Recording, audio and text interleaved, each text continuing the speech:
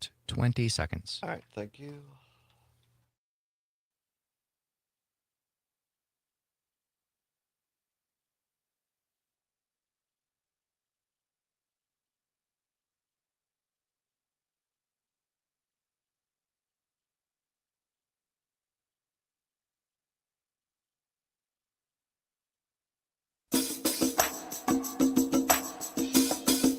From the Civic Media World Headquarters in Madison, Wisconsin, it's the Todd Allbaugh Show.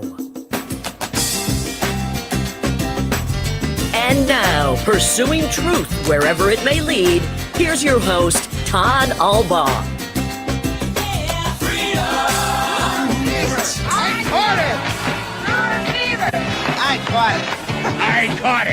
I caught it. Come see what's brewing. Come see what the good times are. Come see what the brewers are doing. Come on and cheer a superstar. Be a believer in brewer fever. It's fun to join in the cheering. Stomp your feet, clap your hands. You're part of the team sitting in the stands. Across Wisconsin on the Civic Media Radio Network and streaming worldwide on the Civic Media app. Good afternoon, everybody. Todd Allbaugh, along with our producer and engineer, Mr. Aaron Zommer, on the board. It is Monday. Back to work, and in some cases, back to school on this October 13th, 2025. It is a great day to be a Wisconsinite. Welcome in, everybody, at the world headquarters of Civic Media, downtown Madison, at the intersection of State and Fairchild. Cloudy skies right now, but boy, it feels hot if you're a Brewers fan. Welcome in, everybody, to a celebration Monday. They did it. The crew knocked off the evil Chicago Cubs in a division rivalry game, winner takes all. On Saturday night, the Brewers won 3-1 and advance and will face the Los Angeles Dodgers in the National League Championship Series starting later on tonight on many of these fine stations of the Civic Media Radio Network. Good afternoon, everybody. Zommers, how the heck are you? You know, we came in with the song Brewer Fever, and I most definitely also have it. And now we have facing off the team that I most want to win, the Brewers obviously, versus the team that I most want to lose because they just have so much money. And that makes me, you know, they just throw money at things to win. I think a lot of people feel that way. And there are lots of factoids we'll get to later on in the show. But the entire payroll, here's one to start with. The entire payroll, the camera's moving. What's going on? The camera just, did you do that? Like, literally, for those watching the stream, suddenly my camera came down. Better that than my pants. It's fine. It's just, I don't know. It was like electronically moving down because I had it. I know what it is. Oh, Zommers knows what it is. All right, he's gonna fix it. Anyway, and here's a factoid for you that the entire salary of the Brewers pitching staff, the entire actual salary, is smaller than the taxes paid by the Los Angeles Dodgers teams. I find that absolutely fascinating, slightly disturbing, but it's a David and Goliath type of a matchup. And our very own Dan Schaefer, our political editor and founder of the Recombobulation Area, he has coined this phrase, and I'm going to give Schaefer credit. Dan Schaefer is calling it on the Recombobulation Area, Glitz versus Schlitz. I love that. That's amazing. Nicely done, Dan Schaefer. Glitz versus Schlitz. It all kicks off later on tonight. First game of the NLCS against the Dodgers. Pre-game show starts at 6:30. First pitch from AmFam Field just after 7 o'clock. You can hear it live on WRCE in Richland Center, WISS in Oshkosh, WCQM in Park Falls, WBZH in Hayward. Check local listings, but I believe it's also on WRJN, our Racine and Kenosha station as well. So for that, you have to listen to it, of course, over the air. Streaming rights belong to Major League Baseball. But if you live in one of those communities, you can watch it, or pardon me, you can listen live over the air on those stations on the Brewers Radio Network. The game is being televised on TBS. And here's the good news. And I was, you're kind of forced into, if you're watching on TV, listening to the announcers, not my favorite guys on TBS for the NLDS, but here's the great news. I mean, first and foremost, listen to it on the Brewers Radio Network. But if you're going to watch on TBS, the good news is Brian Anderson, BA, the normal FanDuel announcer for the Brewers for the Brewers television network, he is going to be the play-by-play announcer for TBS, for the NLCS. You still got to put up with Ron Darling on the color analyst. So better, if you can, I know it doesn't always match up, but listen to the Brewers Radio Network guys and watch on TBS. So I'm excited, Zommers. It's great. Finally, we broke that little mini curse there of not winning a post-game series, and the Brewers are on. Let's go back to 81. Let's go back to 81, Zommers. Here is the late, great Bob Uecker to get us ready, to get us in the mood. Here's Uke's call the first time the Brewers made the postseason in 1981. People forget. They went to the postseason in 81. They faced the New York Yankees, took it to 7 games in New York before losing. They missed the World Series by 1 game and got there the next year in 82. Here's Uke's call in 81, the first time the Brewers got to the playoffs. The arm is back. Here he comes. 1-2. Swing and a miss. Goodbye, Detroit. Hello, New York. Hi, Raleigh Fingers. What a job he is being mobbed by his teammates as the Brewers have come from behind today to beat Detroit by a score of 2-1. Oh, what a victory today for this Milwaukee Brewer Ball Club. And Milwaukee will face New York for the American League Eastern Division Championship. Bob Uecker's call on the Brewer Radio Network from 1981, the first time the Brewers got to the postseason. Much more about this in just a bit. Going to be following it through this entire National League Championship Series. Our great sports reporter, Mike Clemens, was there on Saturday. Going to play some of the cuts that he provided us. He's going to continue to be on the ground through this series as well. By the way, coming up at the bottom of this hour, our friend, our colleague, co-host of Matt Nair on Air, Jane Matt Nair, will be here just after the bottom of the hour. Cannot wait for Mondays with Matt Nair. Going to talk a little bit about Brewer Fever with her. And also, that's why I said at the top of the show, back to school for some. It is a holiday today. Now, do you call it Columbus Day? Do you call it Indigenous Peoples Day? Can we agree that maybe, just maybe, you can give the credit to the founders, not so much to Columbus maybe, but the founders, you can say, look, they were very courageous and did a good job, while also saying, we have some work to do as a country. So we'll talk about that with Jay Matnair and much, much more. Always fun, always feel better after we have a visit from Jay Matnair. And then in hour 2 at the top of the 3 o'clock hour, just thereafter, Sean Hanish, one of the producers of the great new film, No Packers, No Life. If you're watching on the stream, Facebook, YouTube, Twitter, X, I've got the movie poster behind me again today. We are going to be at the world premiere in Waukesha on Wednesday to do this show. You could be with us. Going to give away 2 tickets to the VIP world premiere performance for this Wednesday. Going to do a call-in trivia thing. So be with us in hour 2. And if you are a winner, you could be joining me and others at the world premiere of No Packers, No Life. Still a few tickets left, although Sean will update us in hour 2. You can purchase them. Part of it goes to, the proceeds go to the Boys and Girls Club of Wisconsin at NoPackersNoLife.com. And then the movie goes in a wider distribution in Wisconsin at Marcus Theaters. We'll talk about that in hour 2. First, a couple of newsy headlines for you. Lots going on. Busy Monday.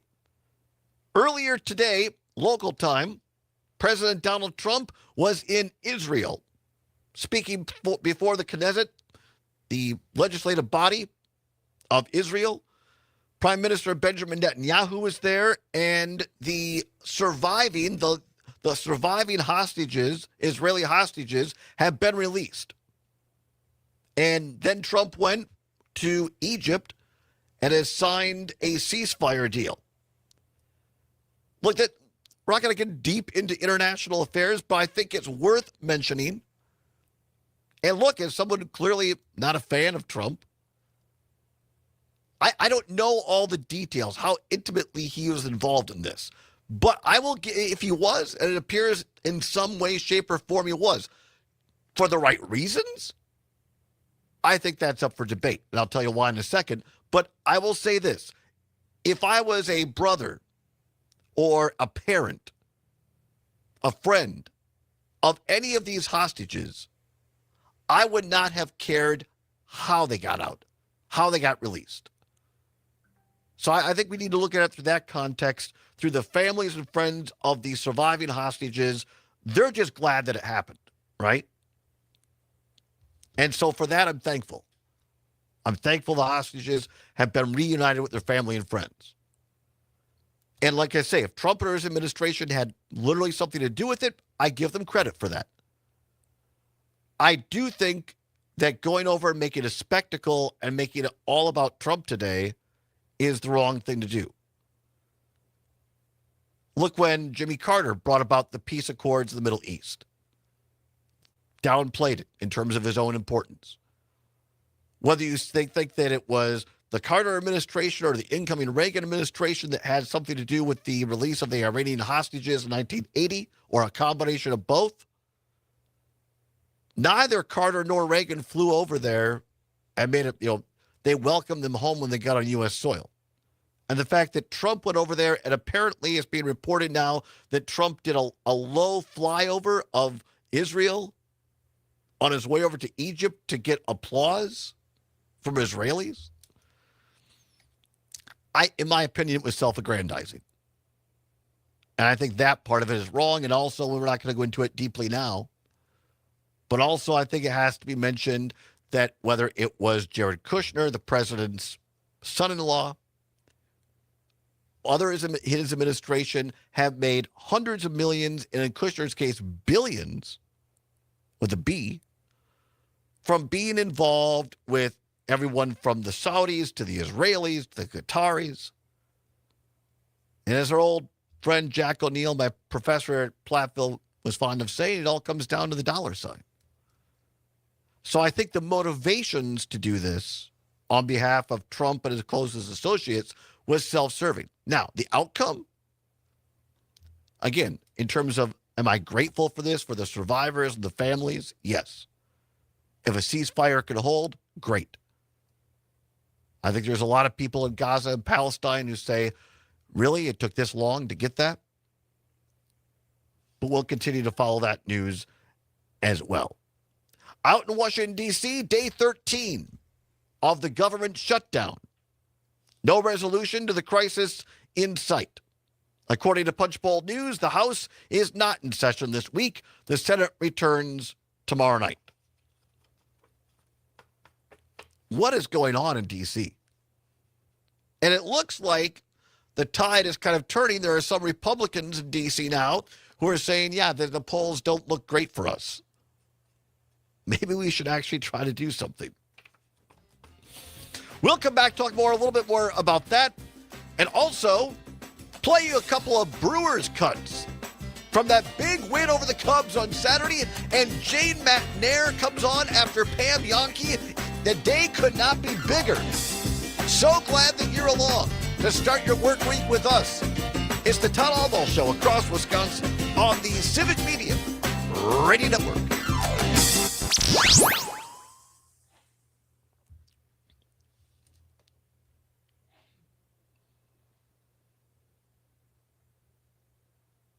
This October, the only thing creeping near your bed is a deal too good to miss. We custom make every mattress so you know exactly what's inside. No tricks, just treats. Save hundreds what on that says? mattresses, Yeah. foundations, headboards, sheets, It's not and your more. fault. Monster My savings eyes have at gotten to Vermo the point now where I Mattress really have to Medicine. squint Oh, at and those it's also, screens. I can't zoom that one in. No, I know. This one, I yeah. No, that's what I'm saying. It's not your fault.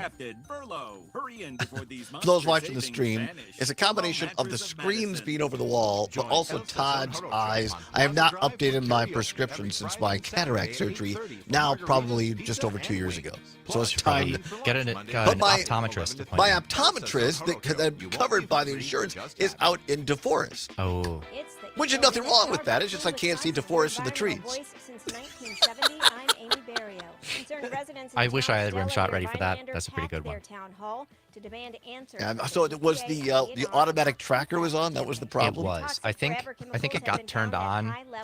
It got turned You on. gotta be careful about that. But I think it got turned on when we restarted the computer last week. I think on Friday. I didn't know. All of a sudden, just kept like it was the camera was lowering down. PJ's got us with the rim shot. Thank you, PJ. Administration is handing out $1.3 million in Wisconsin Coastal Management Program grants to 35 communities across our state. Right now on the Defender podcast, the amazing story of one Wisconsin food that was banned, burned, Lots to get to, everyone, disappeared from our today. plates, We'll try to, and the comeback we'll get, that's being helped like the along New York by Times, Allbaugh. all that fits Listen at will print. cleanwisconsin.org or wherever you get your podcasts. Timeout. All right. Remember, we're a team that plays together. Listen, the winning will take care of itself. We just have to get everyone 30 involved. seconds. Gracias. Interscholastic Sports, we celebrate what makes every one of us unique.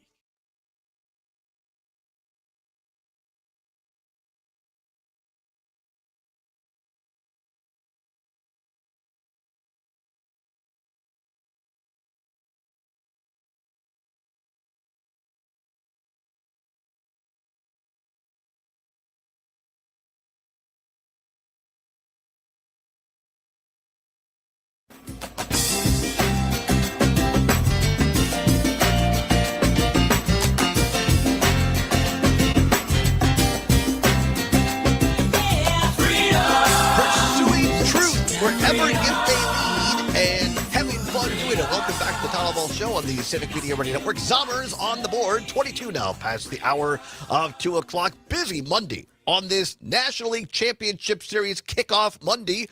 The Brew Crew taking on the Dodgers later on tonight. Talk more about that in just a bit. Finishing up news headlines of the weekend today. Latest headlines, of course, President Donald Trump in Israel earlier, then flying to Egypt. The remaining living hostages, Israeli hostages, have been released by Hamas.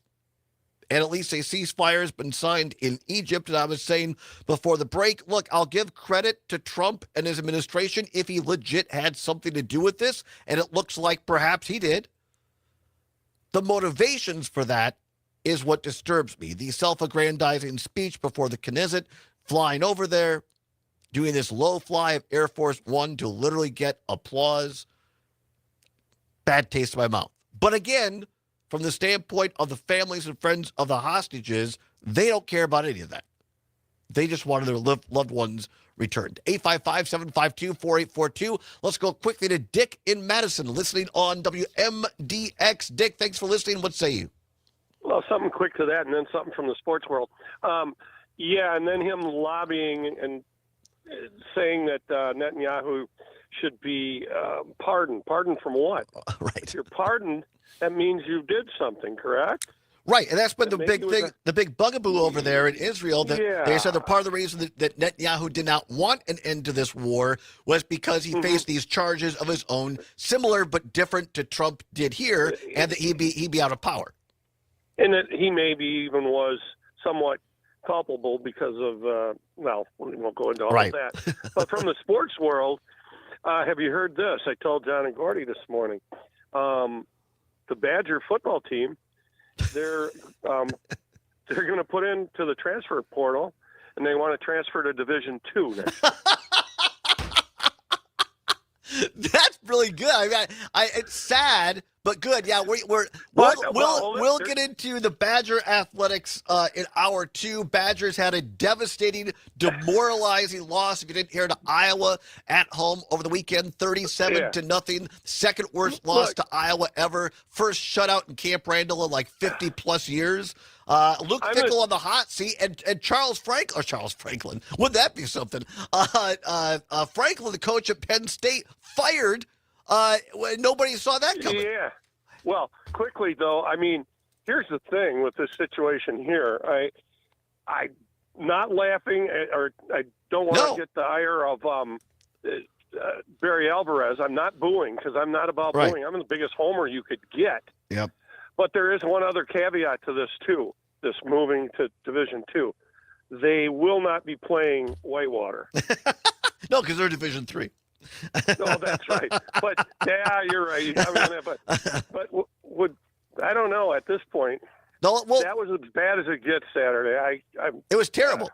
It was terrible. We'll talk more about the Badgers in hour 2. As always, thanks, Dick. I appreciate you calling. Quickly to Charles in Milwaukee, listening on WAUK. Charles, you wanted to weigh in on the situation in the Middle East. If you could, quickly, please, sir. Go ahead. Hey, Todd. Yes, glad that the remaining living hostages are back with their families. But this deal could have been worked out when Biden was in office. Bibi Netanyahu decided not to, and I believe that all has to do with he's a crook. Trump is a crook. He know that Trump would have his back for him not to go to jail if he lost an election. Mm-hmm. It all stinks to high heaven. Outside the fact that the hostages will be going home to their families, but the rest of it though, it's foul. It's follow the money.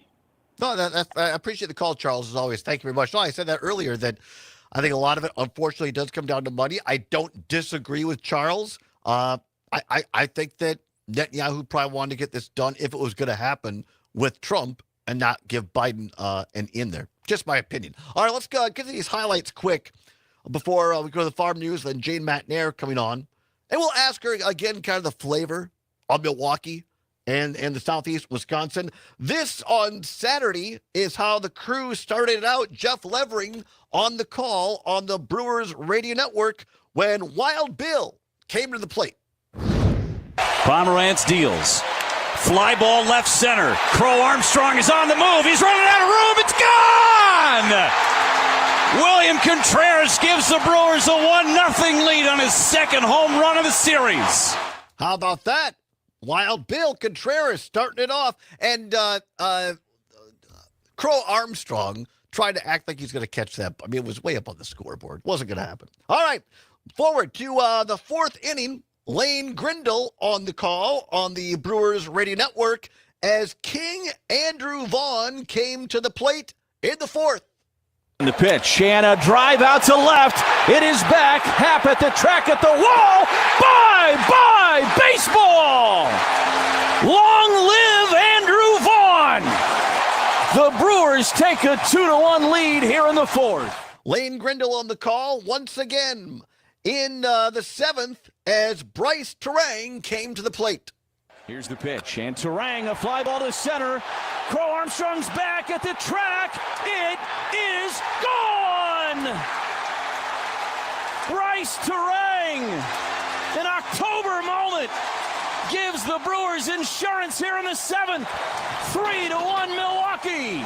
Terang has sent this place into a frenzy. How about that? Got the October baseball shirt on today.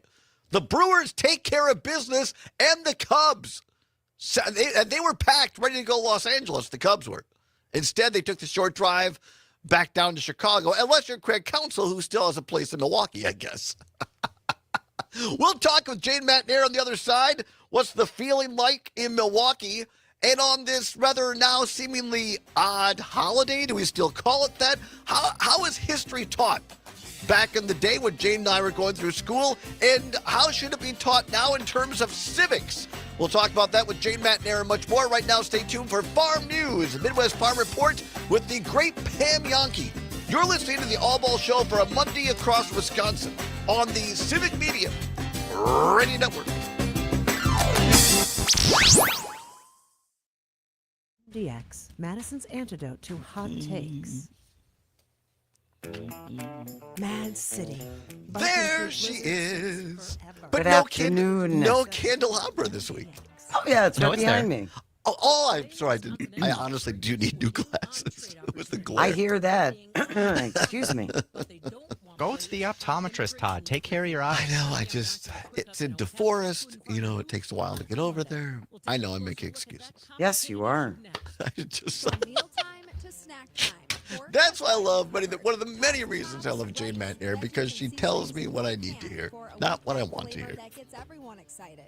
Or add Italian sausage to soup for instant comfort food. How are you? I am well, thank you. How about yourself? I'm doing pretty good for a Monday. I'm excited. Brewers get to continue playing. It's a beautiful fall day. Is it nice there? Because it's been kind of spitty and cloudy. Oh, really? And chill. It's, Yeah, it's partly sunny right now. oh, nice. Rained a little earlier. Yeah, early Yeah, this we've morning. been kind of cloudy and rainy all day. But that's okay. Now that Jane is here, the sunshine will come. Oh, just a ray, aren't I? Absolutely you are. Workforce, the labor issue is a huge issue. Anytime I talk to dairy farmers, what we hear is labor. They need a reliable, safe workforce. And that's something that we from the dairy industry have been advocating. Oh, we'll chat just for a minute or two about the Brewers, and then we can get into this. I just find this interesting, this Wisconsin Examiner thing. Like they're trying to literally rewrite history. Oh, absolutely. Well, look at what they're doing to the Smithsonian. Right. And unfortunately, dairy is yeah, we'll We'll get into it. Yeah. But I think it is a legitimate question. Like, can you? And we'll see how we'll see. I've got this clip from Ken Burns. I think it was over the weekend recently. It is 2 minutes, but it's good in the sense that he puts this in context as only Ken Burns can, in pointing out when the founders wrote the Constitution, they were continually thinking about an authoritarian, a one-person figure, and it's so applicable to what's happening today. So we'll see if it fits in somewhere. We'll play it. If not, if it doesn't, no big deal. Sounds good. And in just the past 30 days, high-path avian influenza has been confirmed in 38 flocks, including 24 commercial flocks, 14 backyard locations. Went to a celebration of life this weekend in Richland Center. Friend, she was a member of the staff or faculty at UW Richland and ran the international student program there, which I was very involved with. And she passed away rather suddenly after a short illness, and it was 75-ish or whatever. And it was very, very lovely because all three of her living sisters, who were older than her, all were like, we never thought we'd be going to her funeral or a celebration of life. But it was casual and had some songs and nice, funny stories. So nice. Yeah. It was. We're having they're having I'm having a party. Right. Yeah. And there better be jokes, because if there aren't any jokes, I'm not coming. So here's a quick one. So one of her nephews got up and he starts out and he says, "At a young age, I learned that my aunt could be an ass." Everybody's kind of like, he goes, I grew up on a dairy farm down in Illinois, and we're standing there, and one day one of the Holsteins came meandering across the yard and gotten out of its fencing. Yep. But closer, I realized that it wasn't so much an actual Holstein as a Holstein costume. And when it got up to the house, it came apart, and my Aunt Linda was the rear part of the That's costume. pretty good. And I realized then that my aunt could be a real ass. That's a great opener. That's a short version, but he was one of the last people that brought down the house. Oh, because I was going to say that's a tough act to follow. Right, That's the opener. Woo. All right, here we go.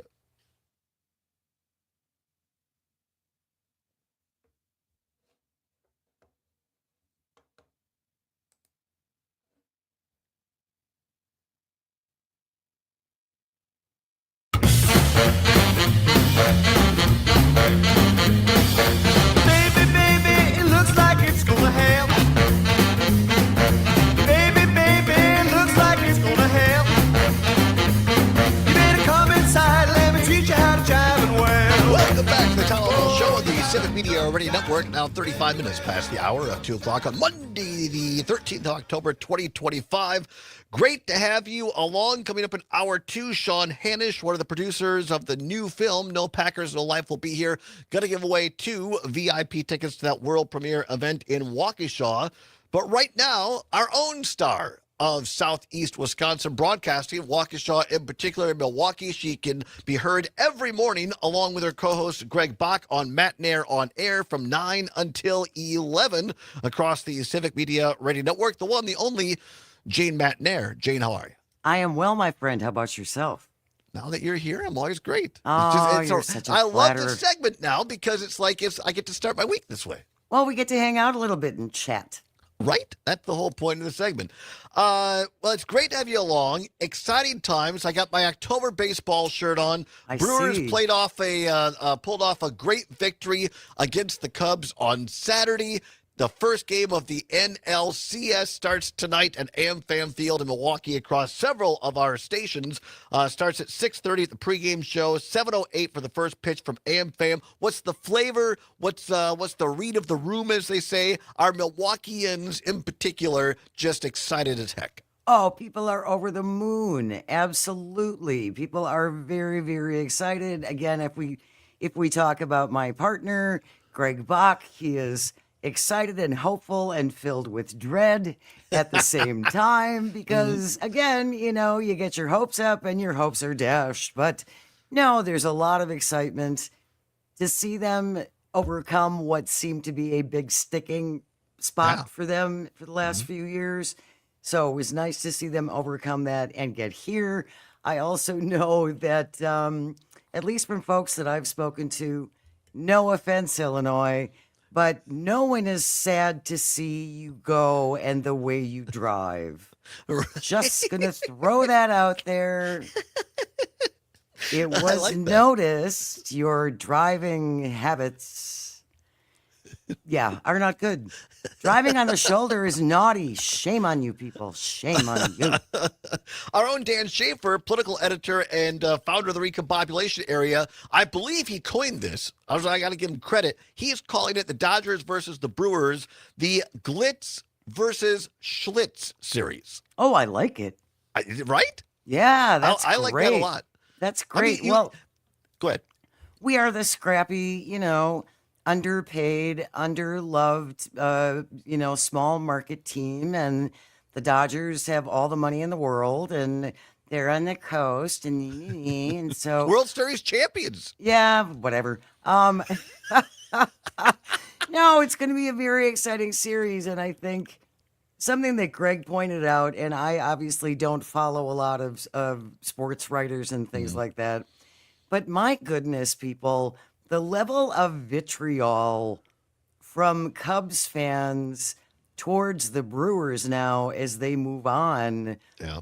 Come on, you guys. It's sports balls. Relax. Get a pet. Go do start knitting. I don't know. You need a hobby.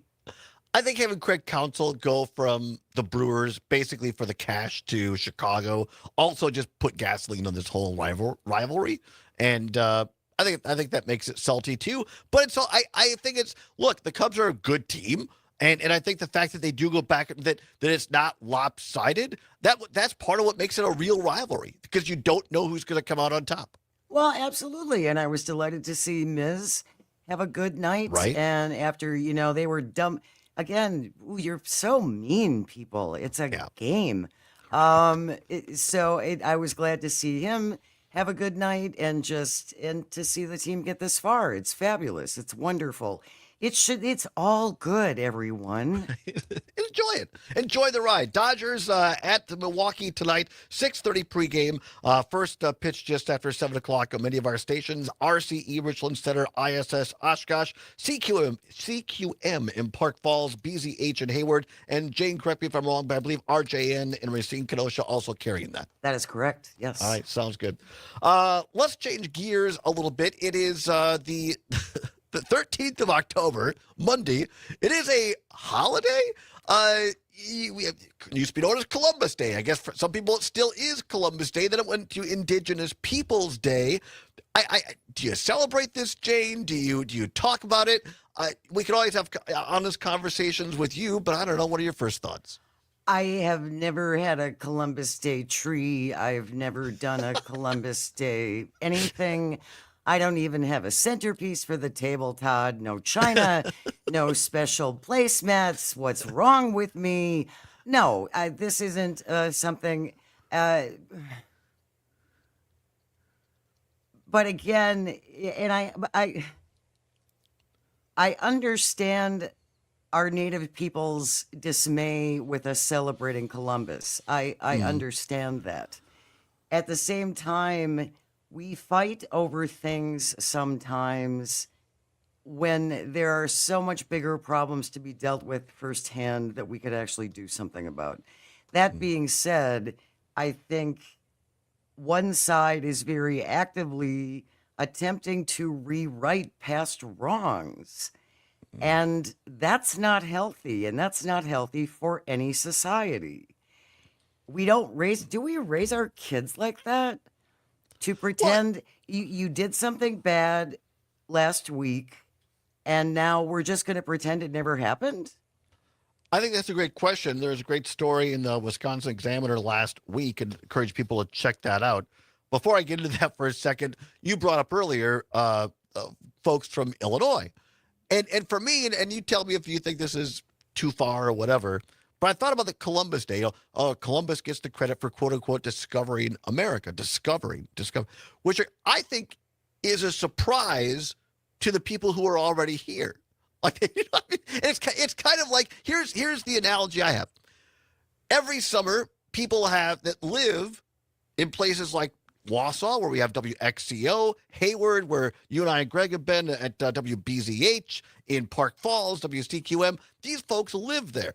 And then they get invaded, for better or worse, for people from Illinois. And people from Illinois come up and say, oh my gosh, look at this lake. Look at these stars. Look, I didn't know this existed. And people in the northern part of Wisconsin say, this is literally how we live every day. Nobody discovered us. The people from Illinois didn't discover us. And I think it's kind of the same thing for native folks who are like, yeah, this is where we live. And now you're coming from Europe and discovering us? Well, yeah, exactly. And I think that happened in Lake Geneva, actually, with Illinois. They all went there and said, oh, my God, we're the first ones here. I'm pretty sure. But yes, and for another thing, Columbus just happened to crash into something. He was kind of going in the wrong, so it was more luck that he crashed into what he crashed into. But yes, I mean, you can say the same thing about New Zealand. You can say the same thing about a lot of island populations. They were there before white people were there. That's essentially what it comes down to. They existed. These civilizations existed. There's archaeological evidence for this. Right. We're talking with Jay Matnair, co-host of Matnair on air every morning across Civic Media from 9 until 11. Jane, this Wisconsin Examiner story entitled Trump Undertakes a MAGA Makeover of U.S. Civics Education. Just read a couple of lines. A slew of conservative groups will lead a new coalition to spur civics education and push the subject in a more patriotic direction. The U.S. Department of Education announced last month raising alarms for some traditional civics education groups that were not included in the initiative.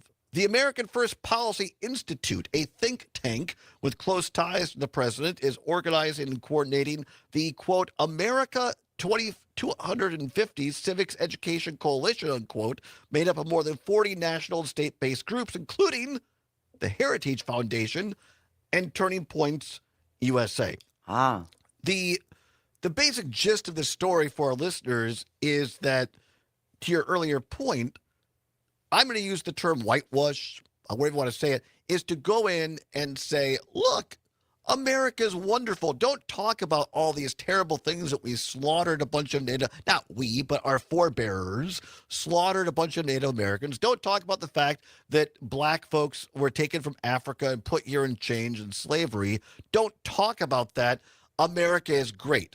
Jane, I would argue that what makes America great is our continual self-examination to do better, to say that some things are true, that we got it right at the beginning, but the fact that we keep challenging ourselves, that's part of what makes America great. Jane, what do you say? You're absolutely right, Todd. And who is it that said what are the whole beauty? I love my country because I criticize it. Because again, yes, it's the ability to have to self-examine and look at things that were done wrong, that people that we wronged. Good heavens, if we're going to claim to be based on Christian values, then self-reflection is part of that. And why we're just going to pretend that all these things didn't happen? We're just going to it blows my mind that we are going to go through the Smithsonian headed by someone like our current president, who I would bet money has never been in a museum in his entire life, unless it was there to get free hors d'oeuvres for something. He is not a museum goer. Right. He's not a historian. And the fact that we're going to have people capitulate to his idea of history, or Prager University, which is another. And then we can talk about Ryan Walters in Oklahoma, who was the superintendent of schools there. And this is a very concerted effort by the authors of Project 2025, which the Heritage Foundation was heavily involved in, to do exactly that, to rewrite history and to teach our children that we never did anything bad, and you should never question anything that we did in the past. And that is very dangerous. I don't know when you were going through school, but I mean, we were taught Christopher Columbus and the Nina Pinta and the Santa Maria. And I think it's fine to still talk about that and teach that in schools. But then alongside that, I happen to believe you should also say, yeah, that happened. And that was part of Eastern or Europeans, quote unquote, discovering or finding what was already here. But let's not forget the folks who were already here and the fact that some really bad things happened to them because of European ancestry. It doesn't mean that, everybody white today is a terrible person. It just means we need to acknowledge why currently, in my opinion, you have people from indigenous peoples, Native Americans, who might be a little salty about that history, and we should understand why. Without a doubt. Again, I don't understand where this self-reflection is a terrible thing, and we should never look at our behaviors as being questionable or perhaps wrong. When did we ever? That's a very, again, is this how we're going to raise our kids now? You have Billy, you have never done anything wrong except for last week when you set the cat on fire, but we're going to pretend that didn't happen and just move on and say you were a good boy, and there will be no consequences for that either. Yeah, that's absolutely. not right. Not right at all. What is right is listening to Jay Matt Nair every morning. We'll come back and talk with her more on the other side. It's the Allbaugh Show along with Matt Nair on the Civic Media Radio Network. Is cheering on the Brew Crew. What do you think? You want to play the clip or you want to go somewhere else? You want to talk about something else? We can keep going. I mean, you want to talk about this whole Ryan Walters thing is wild. Yeah. But again, that's going to get us down pedophile lane, and I don't know that we necessarily want to go down that path. I mean, we could either do the Ken Burns clip and comment on this, the founders feared authoritarianism, and talk a little bit about what's happening in Chicago. I've got a story here: the WGN TV employee released without charges after being arrested by ICE. Yes, let's talk in about Lincoln that. Square. Yep. All right. Let's talk about that. We're back to taking turns. Yes. Well, how about Sugar River Pizza? Oh, yeah, now they Should we just get right into it, or do you want to play the clip? Your choice. That's entirely up to you, my dear. It's your show. You're the guest. I'm good either way. I want ice cream. No, I'm kidding. Well, we have ice. No cream. Summers, but we make have it ice. so. Is this a higher priority than the fruit plate? Or, because I know you've been asking for that for longer. I have been asking for that for a long time. Like a lot longer. I had to explain that to someone. October 15th, a pivotal case in the future of the Voting Rights Act will be heard in the U.S. You know where that comes from, Todd. Yeah. You know the word Yeah. limo and the fruit plate comes from. Protection clause against 60 years of The real story back then. and the 15th Amendment. Voting rights protections for minority Americans are at stake. Since 2013, the Roberts Court has struck down the VRA's pre-clearance oversight of discriminatory states, and last year made it harder for minority voters to prove racial gerrymandering. Now, the VRA's protections from racial gerrymandering could be eliminated entirely. Louisiana versus Calais is a continuation of a racial gerrymandering case for which lower courts mandated 2 majority-minority congressional districts under Section 2. Louisiana's population is 30. You know who's been very successful right now, I would argue almost entirely due to self-reflection? Who? The Milwaukee Brewers.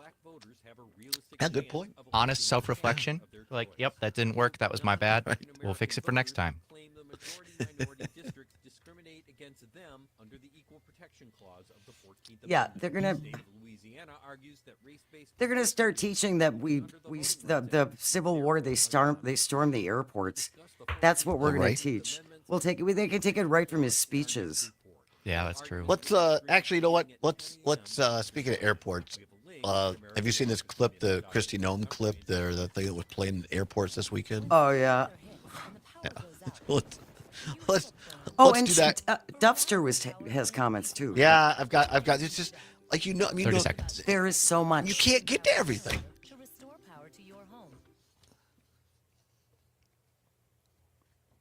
Well, I'll just listen for whatever you decide to go probably with. go. We'll probably let's go Kristi Noem and then we'll go WGN TV.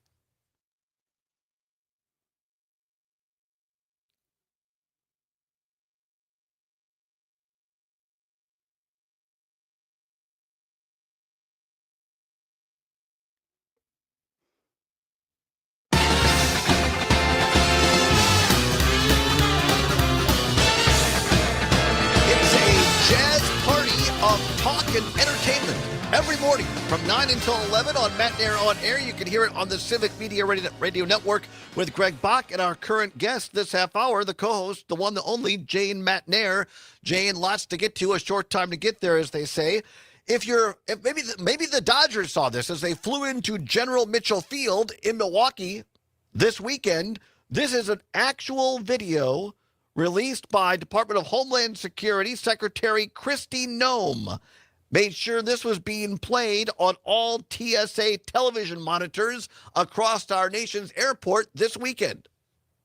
I'm Kristi Noem, the United States Secretary of Homeland Security. It is TSA's top priority to make sure that you have the most pleasant and efficient airport experience as possible while we keep you safe. However, Democrats in Congress refuse to fund the federal government, and because of this, many of our operations are impacted, and most of our TSA employees are working without pay. We will continue to do all that we can to avoid delays that will impact your travel. And our hope is that Democrats will soon recognize the importance of opening the government. Jane Matt, there's something called the Hatch Act, which we don't have time to get into deeply, but basically prohibits a government resource from taking a partisan political stance. Thoughts? Oh, good heavens. The first time around, he used what used to be the Rose Garden for a photo opportunity to announce a second campaign. So, please. I mean, he's been violating the Hatch Act since under his first administration. What else is new? So he did this. So what? Who's going to do anything about it? Seriously. I don't think anybody's going to do anything, but I do hope that Wisconsin voters keep these things in mind. Again, is it going to change the world? No, but it's yet another example of the Trump administration using federal resources, all of our tax dollars, to do partisan political work. But I think for his dedicated followers, sure, this is why they love him. Yeah, the 35% of voters out there. He's authentic. Right. I could fill that in with lots of blanks, but I won't. From CBS News, down again, not enough time to get into all the atrocities happening in Chicago. Amongst them, 15-year-old girls, U.S. citizen, being basically kidnapped by ICE before finally being released. But here is one. An employee of WGN Television was released without charges after she was arrested by ICE agents on Friday in the Lincoln Square neighborhood. Debbie Brockman apparently saw U.S. ICE officers detaining a man and somehow got involved basically by filming it. ICE had said that she had thrown objects in a patrol car, so she gets arrested. I'm paraphrasing now. Several people recorded this. She was released. And again, ICE said, nope, no charges because she actually didn't do anything. Right. And this is, I don't know what kind of social media folks follow, but if you are on what used to be Twitter, there are examples of this all over the place, of ICE basically committing crimes, it seems to me, and demanding people's paperwork, which most of us aren't required to carry. And again, where are the consequences? You see Kristi Noem. Where's Kristi Noem? Their whole thing is attacks against ICE agents have gone up 1,000%. Well, the last time I checked, which was probably about 3 months ago, yes, they were up 1,000% because now they were, when the percentage is 2, right, it doesn't take a lot to get up to 1,000%. Why are we okay with unidentified, armed, masked men abducting people off the streets? I don't understand why this is okay, and I think this is conditioning us to get more widespread. Mm-hmm. I don't disagree. Trygve Olsen, who has actually fought authoritarianism in Eastern Europe, was on this show last week, and he basically agrees with you. This is a conditioning. They're setting the table for next Saturday for the No Kings marches. They are. They're setting the yes. They are setting the table. Go ahead. Yeah. They're setting the table to infer that the people who are protesting on No King's Day are being paid off and are Marxist, terrorist, communist, feminists, all paid by George Soros, apparently. There are a lot of people waiting for checks.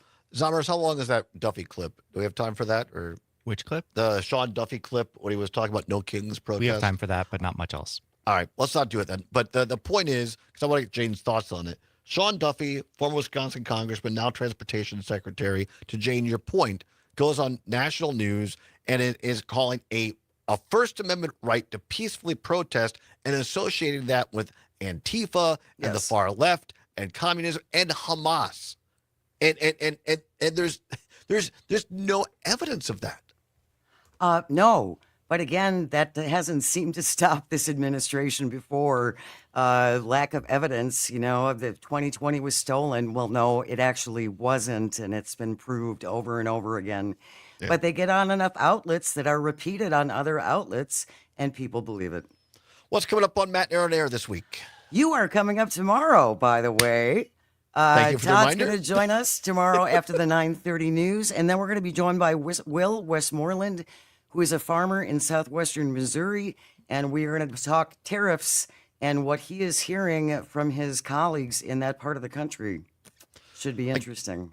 Should be really great. You and Greg do a great job talking to these people who are in the industry, like agriculture, like the military, and I think those are some of the most thought-provoking conversations, important ones you guys have, because it's not people from the quote-unquote left. These are people that are in the industry who know these things, and you bring these great conversations. I always enjoy it, and I appreciate you guys doing that.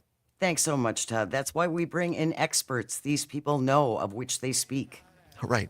As does Jane Matnair. Joined her and Greg every morning from 9 until 11 on the Civic Media Radio Network. Take care, my friend. We'll talk to you tomorrow on your show. Sounds good. See you then. Thanks, Sommers. Stay tuned. We have Sean Hanish and giving away 2 tickets to the No Packers, No Life movie on the other side. It's the Allbaugh Show for Monday on the Civic Media Radio Network.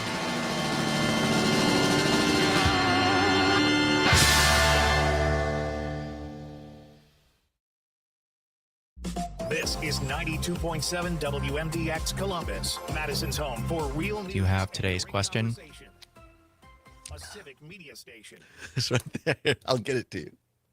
This is a special report from ABC News. I'm Michelle Franzen. A day of peace in the Middle East. Celebrations in both Israel and Gaza. 20 remaining hostages held for more than 2 years, reunited with families in Israel. ABC's Marcus Moore is in Tel Aviv. We understand that the hostages who've been released today will go to a military base where they will also meet with family there and also undergo those medical checks. And several hospital beds have been prepared at several different locations, 3 different locations in Tel Aviv, if those beds are needed. Only 4 of the bodies of 28 hostages killed in Gaza were returned today, families demanding that their remains be located. Hundreds of Palestinians also released as part of the exchange, returning to Gaza and the West Bank. President Trump credited with the U.S. peace plan, receiving accolades in both Israel and Egypt, where he signed the agreement declaring the war in Gaza is over. This is ABC News. Madison, Wisconsin. Students, government, lakes, and 92.7 WMDX.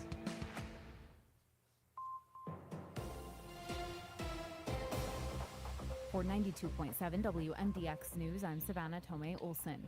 One of Madison's busiest thoroughfares to get downtown is now officially under construction. For years, city officials have been planning to redo John Nolan Drive. The street goes over Lake Monona and offers a scenic view of the Madison skyline. It's also home to popular walking and biking paths, plus railroad tracks. But city staff say it's old and not safe enough. Aaron Stager works for KL Engineering. This project addresses 3 key needs for the John Nolan Drive corridor.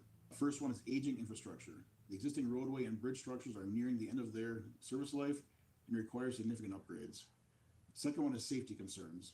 The corridor experiences a high number of bicycle and pedestrian conflicts, Would you look who it is? A need for improved safety measures. There he is, the one, the only Mr. Sean Hennish. Hello. Da-da-da-da-da. Hello, Da-da-da-da. gentlemen. I'm not ready for tonight, though. I'm not ready. Yeah, I'm ready. Not at all. Not at all. You're not ready either. Okay. Good to know. Good to know. Oh, I couldn't sit down on Saturday. I was a wreck until the final out. Oh, same here with my friends and I, and we're just jumping up and down and everything. And then my one friend there wearing his Cubs jersey and Cubs hat. Afterwards, he was just so sad. We're like, okay, we'll make fun of you tomorrow. Oh, I know they were really sad. Although we would have been the same. Exactly. Yeah, my son and I watched from our favorite supper club up in Green Bay. Oh, nice. Very cool. We got up there in time to. Yeah, that was fun. That bar was crazy. I bet it was going nuts. And fortunately, because it's Wisconsin, your 13-year-old son can come into the bar with you. 100%. Right? God bless Wisconsin. Oh, God bless it, indeed.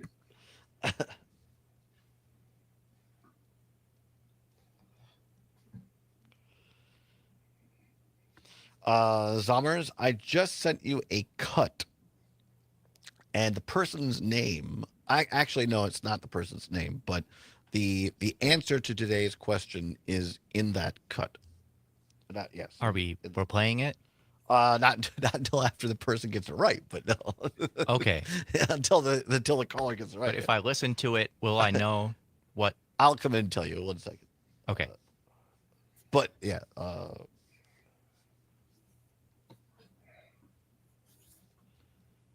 Terry Barr is freaking out about the game, and it's like, oh, what's your favorite supper club?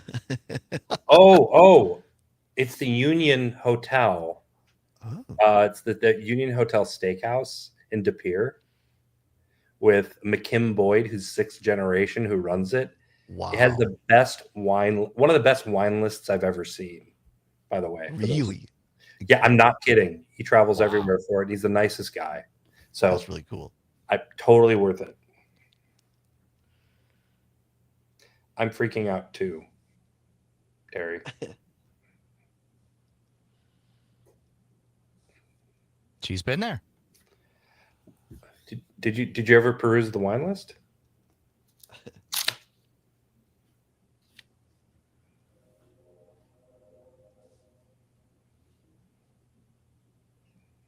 That's good. A good joint, anyway.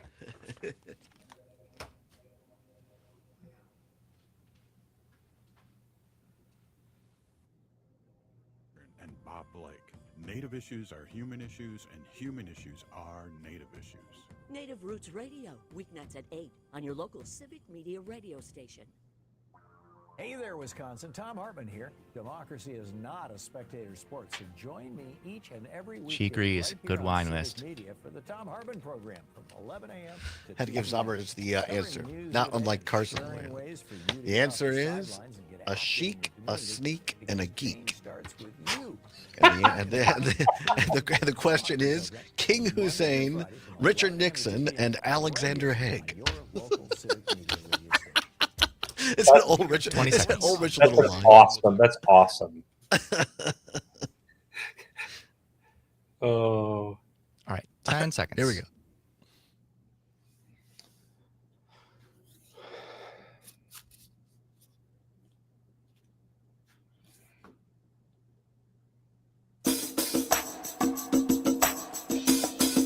From the Civic Media World Headquarters in Madison, Wisconsin, it's the Todd Allbaugh Show. And now, pursuing truth wherever it may lead, here's your host, Todd Allbaugh. Across Wisconsin on the Civic Media Radio Network and streaming worldwide on the Civic Media app. Good afternoon, everybody. Todd Allbaugh along with Mr. Aaron Summers on the board. It is 6 minutes past the hour of 3 o'clock on this Monday, October 13th, 2025. It is a great day to be a Wisconsinite. Welcome into hour number 2 of the big broadcast, everybody, from the world headquarters in downtown Madison at the intersection of State and Fairchild on a partly cloudy day here in Madison, but in our hearts, it is sunshine and fantastic. It is NLCS kickoff day. The Brewers defeated the Cubs. Moving on. They take on the evil Los Angeles Dodgers tonight at AmFam. Pregame show at 6:30 and first pitch just after 7 o'clock in Milwaukee. You can hear it on WRCE in Richland Center, WISS in Oshkosh, WRJN Racine Kenosha, WCQM in Park Falls, and WBZH in Hayward. Going to be a great game. Going to kick it off with a win. We just got word, breaking news from Channel 3000 here in Madison, that Aaron Ashby will start game 1 tonight. Aaron Ashby on the mound, according to Channel 3000.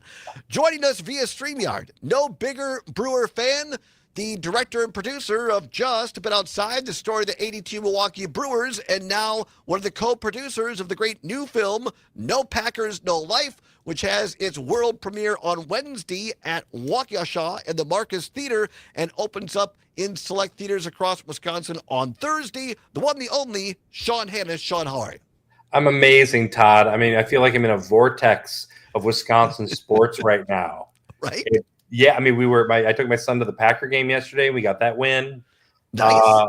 We were able to watch. I can't believe, by the way, nobody had Ashby as the starter of the game one of the NLCS on their bingo card. I did not. Because I had heard that it might be Priester tonight and Freddie Peralta tomorrow. I will say this. It sounds like a bullpen game to me. Right? That's okay. We've actually play pretty well in bullpen games. So, and how about the Miz coming on especially Saturday, getting 4 more innings out of him? Incredible, right? I actually think he could be. I think we could see Miz 3 times in this series in the same role, and that's devastating. I mean, that's an incredible weapon for us to have coming out of the bullpen. It's going to be such an incredible series. And it's funny, Todd. I live like 9 minutes from Dodger Stadium in Pasadena. Do you really? But I'm here, man. Have you got tickets for any of 3, 4, or 5 games in LA? Well, not yet, because I'm here for the premiere of No Packers, No Life Wednesday, and I don't get back till Friday night, but I'm going to game 1 and game 2 here.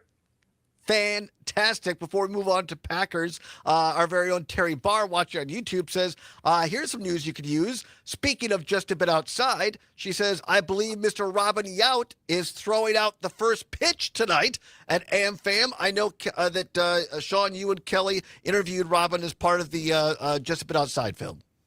Robin is such an incredible person. Yeah, we did. We had. He was our first interview for Just a Bit Outside. We went to, and Robin's such a gracious human being, and his wife Michelle. They invited us into their home for that interview. I don't know for those of you who remember, that was actually shot in his house, and he's become. I'm probably overstating it to say a friend, but he's a wonderful man, and he's the all-time brewer. He's exactly who should be throwing out the first pitch tonight. That's such good news. Quick reminder, Just a Bit Outside, still available on Apple TV, Amazon Prime, Roku channel, and now on Tubi. So check it out, of course, on DVD via Amazon Prime as well. All right, let's move on to the new film, No Packers, No Life, world premiere at the Waukesha Theater of Marcus Theater in Waukesha, I should say, and 5:30. Are any tickets still available? Any handful still available online, or only via this giveaway? We have about a dozen left for the world premiere VIP screening Wednesday night. It's at the Marcus Majestic, as you said, in Waukesha. Yeah. And it's the VIP reception starts at 5:30. We're gonna have these great Packer players joining us. We've got Amon Green, Antonio Freeman, George Kuntz. We've got I just yesterday met the youngest member of the Japanese Packers cheering team from Tokyo at the Packer game.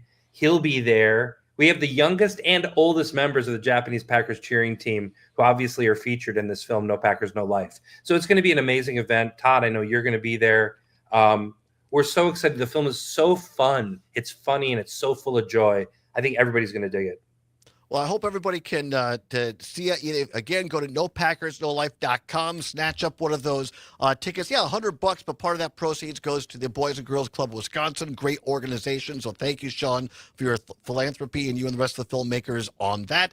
And you can go to the Marcus Theater website to buy tickets in southeast Wisconsin, I believe Madison, Green Bay, and La Crosse, at least initially, to see this film starting this Thursday, correct? Thursday night, we're having a Q&A at the North Shore in Mequon, near Milwaukee. That's 2/3 sold out. Mason Crosby is going to be there virtually.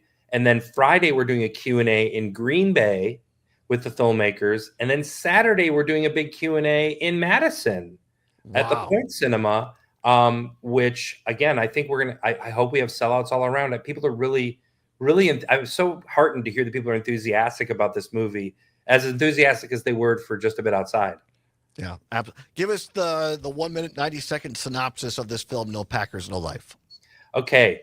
There's a Milwaukee businessman named Ty Morse. He travels to Japan all the time. He's been there 100 times. On one of his visits a few years ago, he was on that big crossing, Shibuya in Tokyo, where, millions of people go through a day. And he sees a person in a Packer jersey. He'd never seen anybody in Tokyo with a Packer jersey on. And he goes up to him and he says, "Go Pack Go." And the guy goes, "Go Pack Go." And he says, "Go Pack Go." And he goes, "Go Pack Go." He takes Ty to the karaoke bar where everybody in this room of the karaoke bar is in Packers jerseys. I'm not like Reggie White and Brett Favre, Aaron Rodgers, like all of these people from Packer history. And he doesn't speak that much Japanese. The Japanese people don't speak much English. And so they communicated by saying Donald, and the other people would say driver. They talked for like 15 minutes, exchanging Packers throughout history. This is the most fanatical group of Packers fans that maybe exists. They get together every week to watch the games at like 5 a.m. And then every offseason, they watch their favorite games from the last season. So he meets them, and then he decides with his buddies in Green Bay to fly them over for their first game at Lambeau. Wow. And most of them had never been in the United States. Imagine your first destination being Green Bay, Wisconsin. And this is the movie. It's about sharing cultures and the joy and the friendships that evolve. And really, it's about watching the kind of expression of these super fans from Tokyo, honestly, feeling like they've gone to heaven. So it's a really wonderful story. It's so joyful. I can't wait for people to see this movie. Ty was on the show on Friday. Thank you for helping set that up. It was great having him here and to hear that in first person. He'll be on the show hopefully with you on Wednesday when we do our show live for the world premiere on Wednesday. So here we go. The filmmakers, including Sean, have been so gracious. They're going to give away a pair of these VIP world premiere tickets. Caveat: You must be able to go at least get there by 6 because the reception starts at 5:30. A film slightly around 7 o'clock. So as long as you can go this Wednesday, going to give you a trivia question. Call in, and the first person with the right answer wins. All right? This weekend, the Green Bay Packers brought in a new kicker, Lucas Havrisky. Oh, yeah, I'm not sure how you say it. Havrisky? He made field goals of 43 and 39 yards. Afterwards, he told our own sports reporter, Mike Clemens, what job he's been trying to get in Cleveland up until this week. What is the job that he was trying to get before he got called up by the Packers? 855-752-4842, 855-752-4842. If you're not watching on the stream, you're missing something because Sean has a great Packers Marvel comic mug. I don't know what it is. It's fantastic. It's like a Hulk fist with the Green Bay logo. What is the job that the new kicker for the Packers, Lucas Havrisky, was trying to get before he got called up? 855-752-4842. Let's go to the phone lines. Troy in Mount Horeb, listening on WMDX. Troy, what is the job that this new Packer kicker was trying to get before he got called up by the Packers this weekend? He was a substitute teacher. That is correct. Troy, congratulations. You've been listening. You hesitated for a second. It scared me. Well, I was waiting for Zombers to do the Family Feud ding. No, you're right. Clearly, you listened to the station because, that was what you had to know and hear. Mike Clemens asking him. And, he was trying to get a job as a substitute teacher last week, and he got called up by the Packers, and he ends up kicking 2 field goals at Lambeau Field. How about that, Sean? Todd, I'm impressed. I didn't know that. I was at the game yesterday. I saw this new kicker, and I'm like, well, at least he made them. That's incredible. Right. Oh, I'm glad you're coming, Todd. Come and say hi. We were thinking the same thing in the stands. Right. Oh. Well, Troy, you could go on Wednesday, I assume? Yes, sir. All right. Well, hang on. Don't go anywhere. Zombers will take your information off the air, and we'll get you that information. So, Sean, I cannot wait for this film. Again, tell people where they can get tickets for both the premiere and the actual release. Well, the premiere, again, is this Wednesday with all those great Packer legends and some of the members of the Japanese Packers cheering team. You can find those tickets on NoPackersNoLife.com. We've got, I think, just a bit over a dozen left for sale. And then you can start seeing the movie this Friday. It's actually not really that limited, Todd. It's all over the state of Wisconsin and Gurnee, Illinois. Yeah, we're in we open in 18 theaters. Wow, so, that's fantastic. All right. Yeah. No, Marcus Theaters is amazing. They believe in this film just like they believed in Just a Bit Outside. So you can go to the Marcus Theaters website, or you can also go to No Packers No Life, and we have links to where you can buy tickets. Just we hope everybody can get out there. It's a lot of fun. I do too, and I thank you guys for helping produce this film, for the distribution, because just the trailer alone gave me goosebumps. And if we ever need a time to just come together as a state right now, and whether it's the Brewers or the Packers, those are the things that do. And again, this lens of looking through things that we love through somebody from a different culture, a different country, I think that's extraordinary. It really is. And again, when I saw this film at the Wisconsin Film Festival in April, I was like, oh my gosh, the feeling that you get. The people that were there loved it so much. They're still talking about that screening. So that's why we wanted to bring it to all the fans around the state, because it's just so much fun to be had watching this film and watching these folks. Yeah, it's a good time had by all. Congratulations to you, the filmmakers, rest of the producers. We can't wait to see you down in Waukesha on Wednesday as we do our show there live. Appreciate your time so much, Sean. I know you're a busy guy, but thank you for doing this. Always, Todd. Can't wait to see you on Wednesday. Looking forward to it, and right. Go Crew tonight. Woo! Let's go Brewers. Thanks, Sean. Appreciate you. Sean Hannish, everybody, one of the producers for the new film, No Packers, No Life. We'll come back, do a little What's Worse with you, and talk more Packers and Brewers and news. Oh, my. It's the Todd Allbaugh Show on the Civic Media Radio Network. I don't want to work. I want to bang on the drum.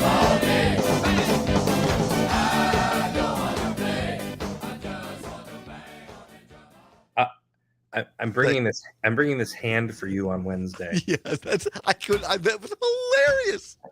Yes, bring that for the show on Wednesday. I will. That's awesome. I will. I mean, by the way, we have a lot of folks lined up for you Wednesday. Oh, I can't wait. Thank you. Well, anyway, so we got that. Oh, yeah. We'll talk off air. But yeah, thank you so much. Really, really appreciate you. Safe travels. Bye-bye.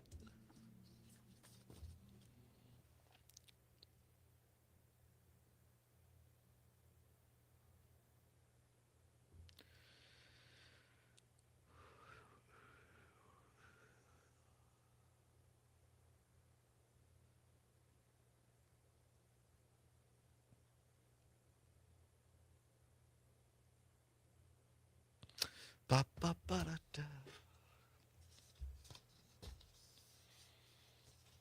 Milwaukee's police union president suggested troops should be sent to Wisconsin's largest city. Governor Tony Evers called National Guard troops the, quote, wrong people, unquote, for fighting crime.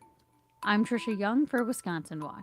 Fact Briefs are bite-sized fact checks of trending claims produced by Wisconsin Watch and GigaFact. Read more at wisconsinwatch.org.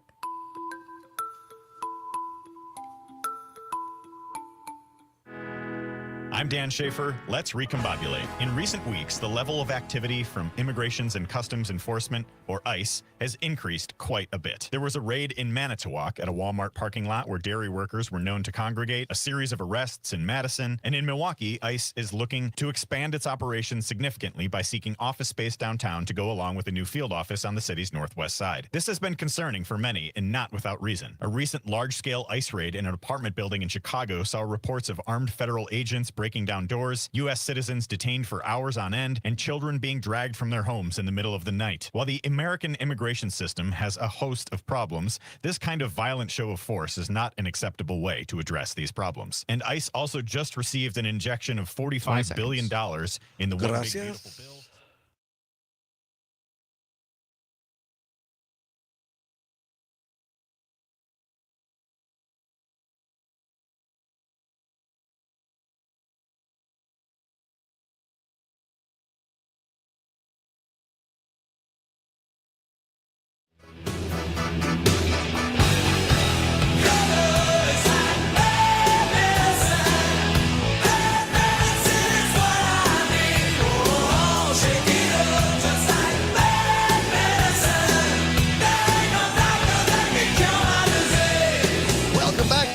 Show on the Civic Media Radio Network, 22 past the hour of 3 o'clock. Zommers on the board. That's Aaron Zommers on this Monday, October 13th. I have not heard that song in a long time. I haven't either, but you know, you got to go through the doctor-related songs. Exactly. There's a point to this. I'm going to tell you in a second. Let me try this because it reminds me of an old high school dance. Did that song come out in, I'm going to say, 1986? 88. Ah. Very close. Ah. I almost said, because that's the year I graduated high school. And so I should have said 88. Yeah. I knew it was late 80s. I should have gone with my gut. Understand? You got to go with the gut. Yeah. Reminds me of the old dances in RCHS, which I did not go to a lot of, but listen to the music, right? That song, I'm not sure if that was allowed to be played on WRCO back in the day. Too risque? Or? Well, just too hard. Gotcha. Too hard, too driving. Maybe at like late night Dave Turk on the board. Because honest to God, back in those days, there were some like 45s and albums that said do not play before 10 p.m. Nice. I mean, we kind of have some stuff like that here, like some stuff for Pete Schwaba's show that's a little bit too spicy for 6 a.m. 6 a.m., yeah, spicy. Pete Schwaba, by the way, you can hear him every night from 6 until 8. He's spicy, he's informative, he's funny. Give him a tune in tonight from 6 until 8. Pete Schwaba and Nightlight right here on the Civic Media Radio Network. All right, 24 minutes now, past 3 o'clock. Time once again for What's Worse. Let's go. This or that, this or that.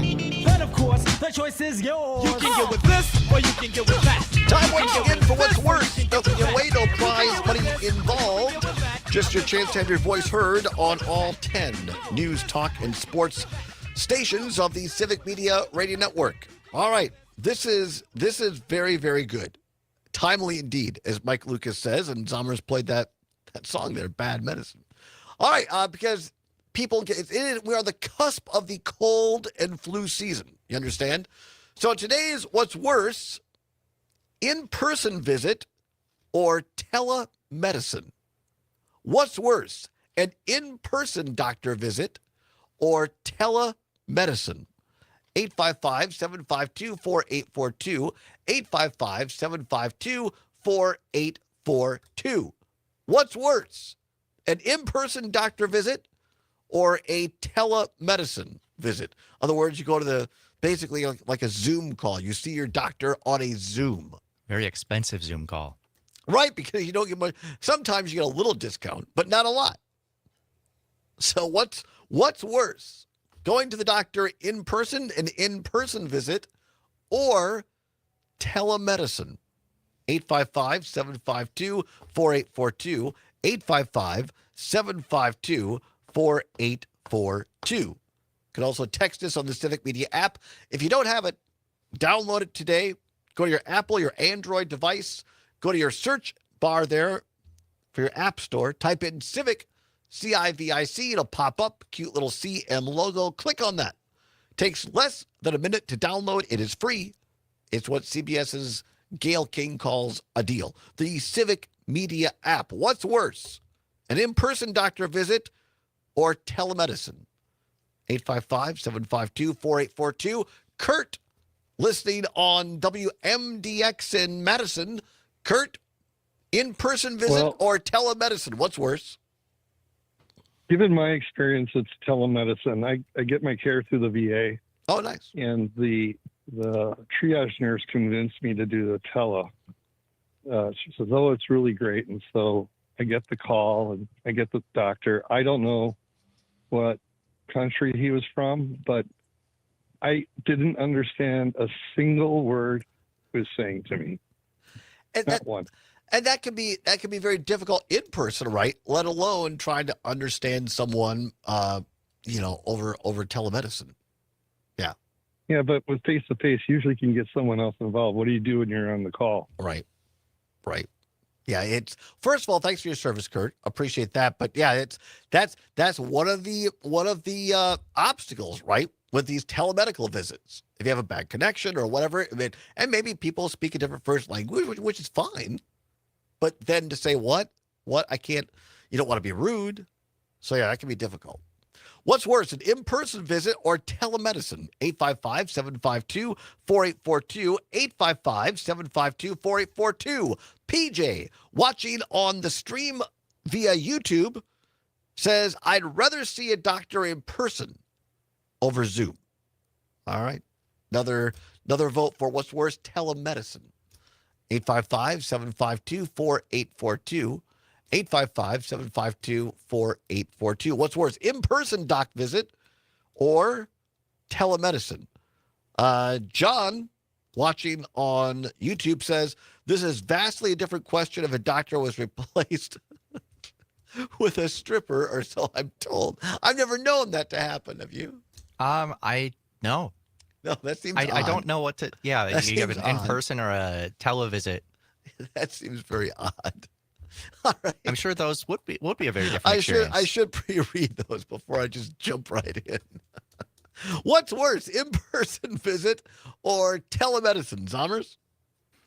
I think I am going to go with the majority on this one and say telemedicine is worse, just because I feel like it's easy to forget things, and the bad connection can be rough. It's important that telemedicine exists for people who can't readily get in, but I'd rather go in person.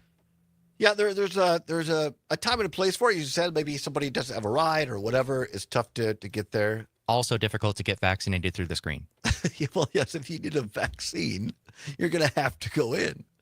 Or I guess if you need like a medication refilled and you got to see the doctor. But no, I want a hands-on visit. That's what I'm looking for. What are the doctor? I mean, look at my actual throat. Look at my ears.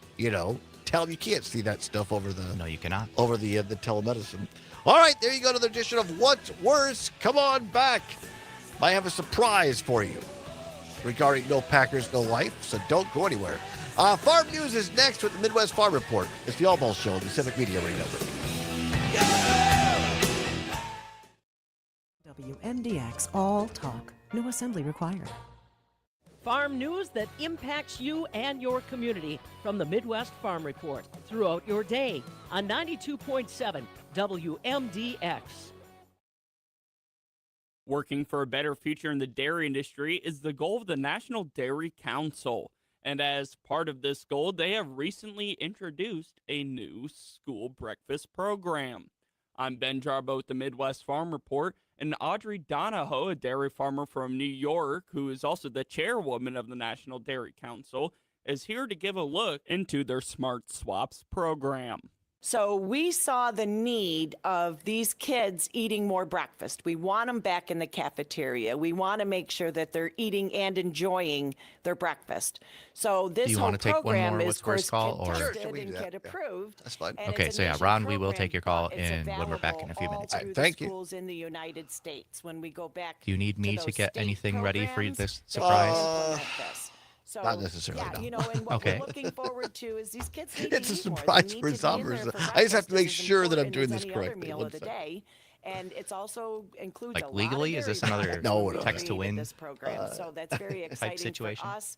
Audrey Donahoe, the chairwoman of the National Dairy Council. For the Midwest Farm Report, I'm Ben Jarbo, and we'll take a look at those closing Oh, first of all, I markets forgot right to after play this. the cut of Lucas Seed buying Havrizik. experience that's more humanized.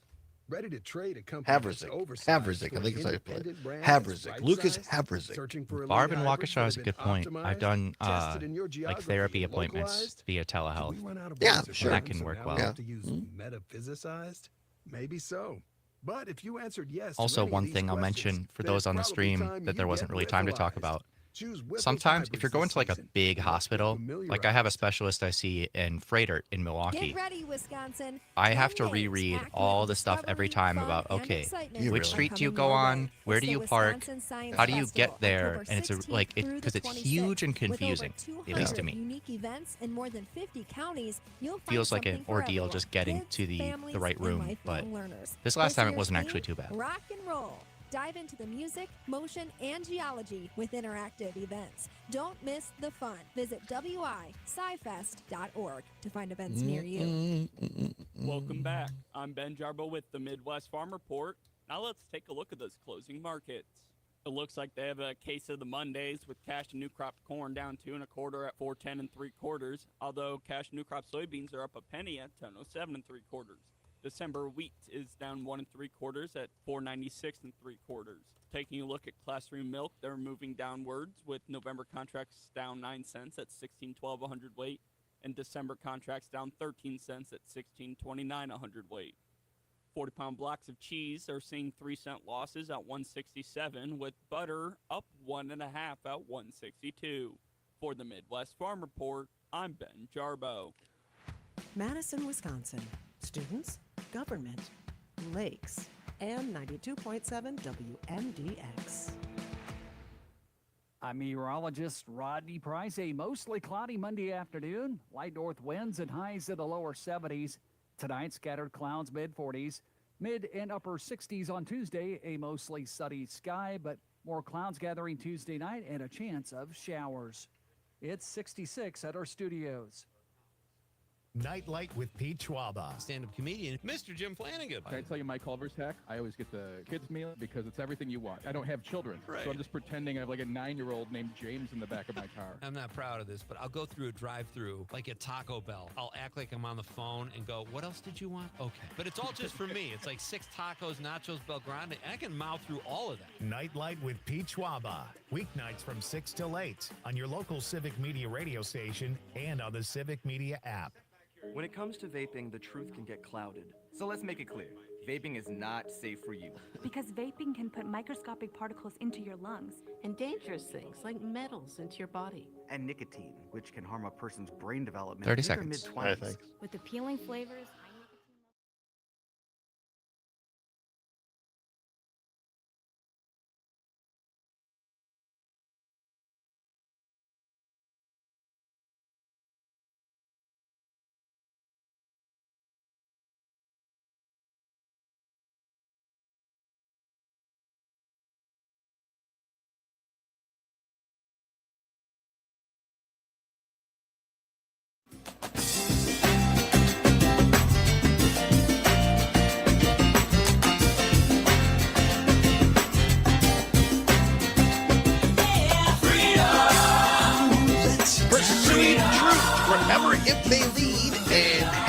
on doing it. Welcome back to the Todd Allbaugh Show on the Civic Media Radio Network. Glad to have you along. Zommers on the board. 35 minutes now past the hour of 3 o'clock on this Monday, October 13th, 2025. Kickoff to the National League Championship Series for the Milwaukee Brewers. Going to talk a little bit more about that in this half hour. A couple of news headlines as well. But first of all, just buttoning up our last segment, today's What's Worse category, having to do with the doctor. What's worse, in-person visit or telemedicine? On the line, Ron, listening on WAUK in Milwaukee. Ron, by the way, do you know there's a brand new signal, not just 540 AM, now we have 100.3 FM. Did you know that, Ron? Yeah, I've been experimenting with it. It works pretty well in some parts of the city, but not others. Yeah, when you can bring it in, it's better. It's mainly for the downtown part of Milwaukee. That's kind of the near west side, and then you got 540 for the rest of it. So yeah, it doesn't have a far reach, but it's important because the 540 just wasn't coming in very well downtown. So I think this is going to boost us up. But now there's two great ways to listen to WAUK. All right, back to the matter at hand, Ron. In-person visit or telemedicine? What's worse? Well, I'm Mr.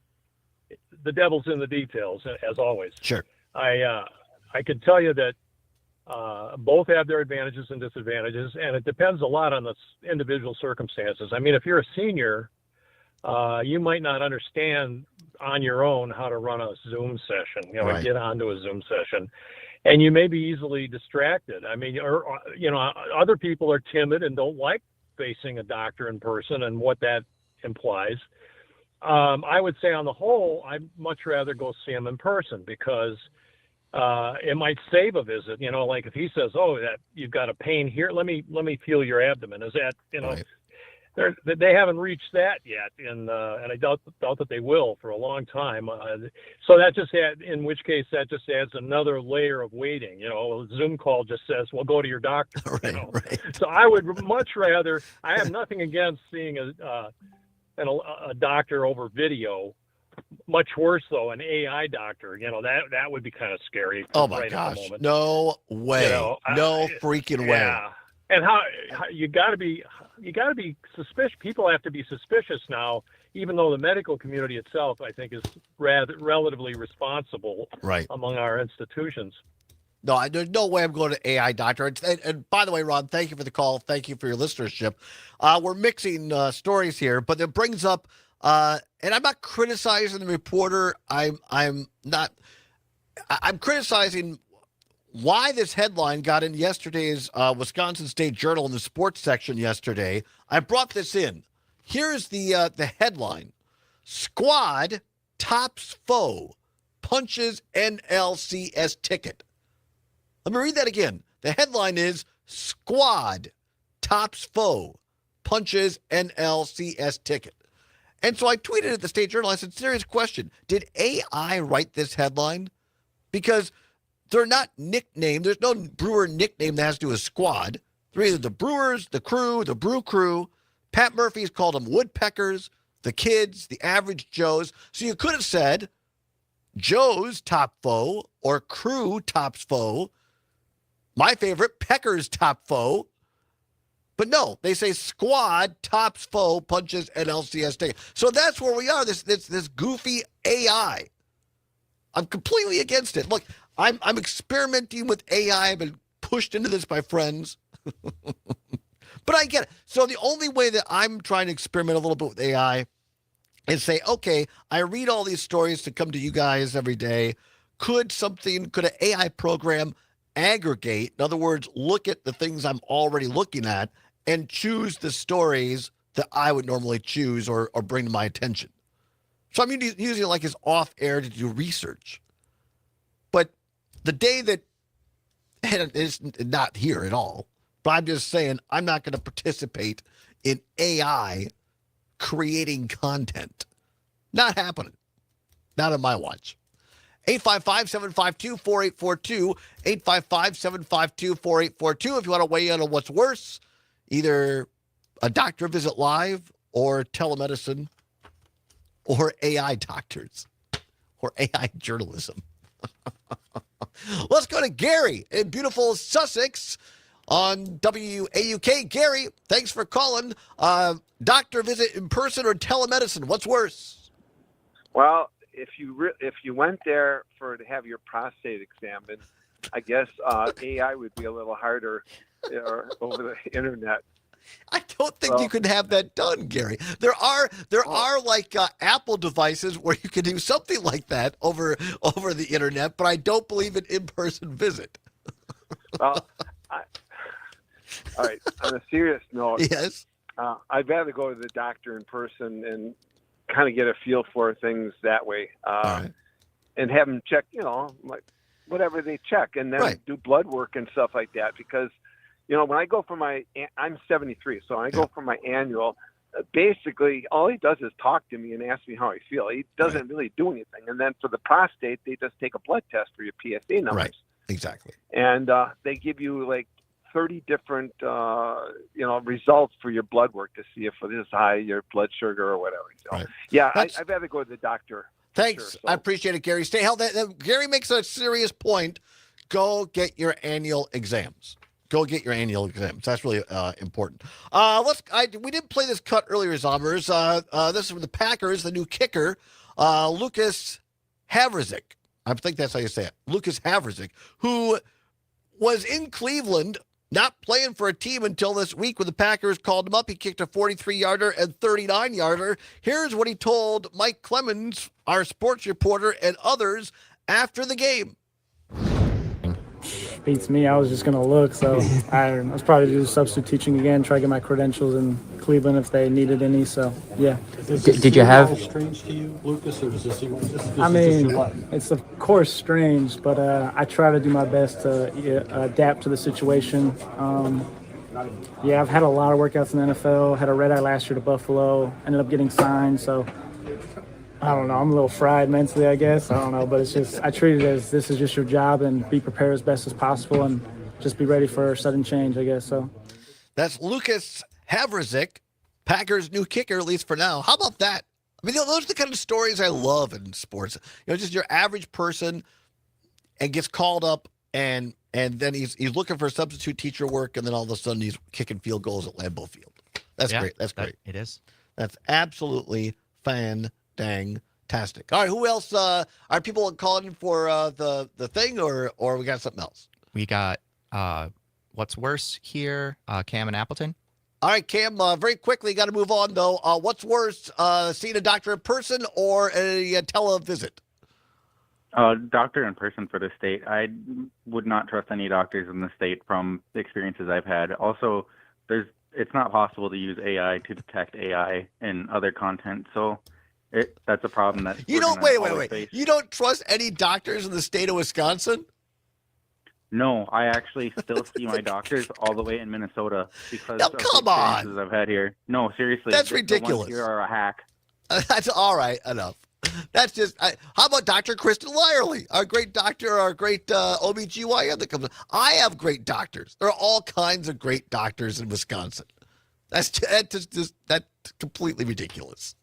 All right, we're moving on. I want to get to a couple of news headlines here. They're going to have a surprise for you because, as Bob Barker used to say, and now Drew Carey does on The Price is Right, it's not just hole in one, it's hole in two. In other words, we got 2 more tickets to the VIP premiere of No Packers, No Life in Waukesha on Wednesday. If you can go on Wednesday, stay tuned, because coming up, we're going to give you one more chance to win VIP tickets to No Packers, No Life. So stay tuned for that. A couple of other news headlines. This is one, again, I think that we are all well served to remember. And as Jane and I were talking kind of off the air, and we talked about this other places, Jane, Matt, and Aaron and I've talked about with Pat Kreitlow as well. Mornings with Pat Kreitlow every morning from 6 until 9. There's so much happening and so much going on. It's like, how do you choose, right?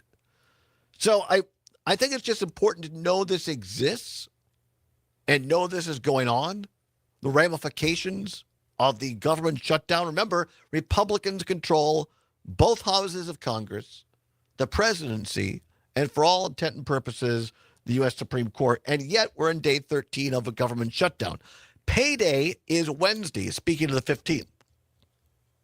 All kinds of active duty military, others who are not going to get paid, federal employees. Here's a story from television in Austin, Texas. This comes to us from Harker Heights, Texas. This is a real situation. There's video of it. This is not AI. This is not generated. It's a real report out of Texas of what's happening to our active duty military people. As I take a step aside here, there is quite a bit of military members and their families in line because of this government shutdown. We're in day 9 of it, and they're here for a food pantry. There's all sorts of food that is available, and I spoke with some military member spouses, and I spoke with some department heads here at the ASYMCA on why this is so important. What's the difference in the amount of people that you've seen from today to previously? So when we first started coming, there definitely wasn't this amount of people. It was a lot, but it wasn't this amount to where it wrapped around the building. But lately it has been a lot. Like we were here last week and we were in line for like 2 hours. In a normal week, we usually run out of food about 1 o'clock in the afternoon. Last week we ran out of food about 10:30. How about that? These are men and women who are wearing the uniform of the United States of America, who put it on to defend us every day, working for us in the United States military. And yet they are being forced to go to food pantry lines and food lines within the United States of America. And we're not foreign countries, not where they're being deployed to, within the U.S. border. I don't think that's what a lot of people signed up for and voted for in last year's presidential and congressional elections. I happen to believe it doesn't matter what political side you're on, that most of us, the vast majority, 95% plus, would agree that we should be treating the men and women who put on the uniform of the United States of America, our military, with honor and respect, and make sure they're cared for.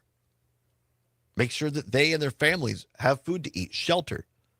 Make sure they have medical services. And the fact that in the United States of America today, that there are active duty military people standing in food lines because of this shutdown. And I would add on there, parenthetically, I think they are vastly underpaid, period. I think they deserve a pay increase. I think that's just good information to have as we move forward. And I think it's sick. There's no reason that our active duty military people should be standing in food lines because our government isn't taking care of them. We are on day 13 of this shutdown, and there's no end in sight. Come on back, a little surprise for you on the other side. It's the Todd Allbaugh Show for a Monday. Monday's always a good day for surprises. And we're going to end with a little more Brewers pep rally. So don't go anywhere. Fun straight ahead. It's the Allbaugh Show on the Civic Media Radio Network.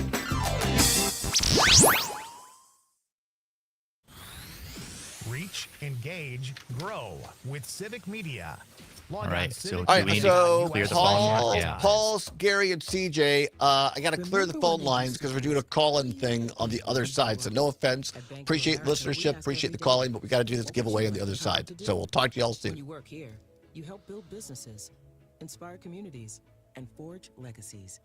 And now we've raised our U.S. minimum wage to $25 an hour. So the opportunity to do more also comes with competitive pay. Learn more at bankofamerica.com/25. Bank of America, proud to be an equal opportunity employer. Herbal Aspect has landed. That's right, Madison's go-to cannabis destination now has a brand new location in Sun Prairie. Wait, 4 locations? That's a high level of convenience. With 3 Madison locations and now Sun Prairie, a great cannabis experience is always close by. Our expert staff is here to help, whether you walk in, call, or order online. Mention Radio 420 and get a special discount. So stop by Herbal Aspect in Sun Prairie because great cannabis isn't just a pipe dream. Nice. I'm rolling over now. Herbal Aspect. We question everything. Celebrate diversity. and have never met a food festival we didn't love. Madison isn't just where we broadcast from, it's who we are. 92.7 WMDX reflects the curiosity, passion, and slightly rebellious spirit that makes this city extraordinary. This is your voice, Madison. 92.7 WMDX. Streaming TV is where it's at. It's not about cutting the cord anymore. It's all about your customized TV options. With the best and cheapest high-speed internet and your own TV subscriptions, we've got your dream TV lineup. Between wired and satellite internet and TV, save money and get more internet speed and better TV today by calling the Whole Home Connect. 800-217-9129. 800-217-9129. 800-217-9129. My part-time service in the Army National Guard makes it possible for me to be more for the community I call home. My training helps me at work when I lead by example. The Army National Guard has taught me the value of showing respect to those I come in contact with each day. My service also allows me to be there for my community in ways others can't. I help my hometown recover after nature strikes. My service in the Army National Guard allows me to keep my country and those I care about safe from threats. I also work with a network of professionals that help me succeed and accomplish the mission. I'll leave the volume down for them. Yeah, they get a beep when you click on air. All right. So being an Army National Guard soldier makes living and serving in my community we got 25 seconds. Thank you. Every day. Learn how you too.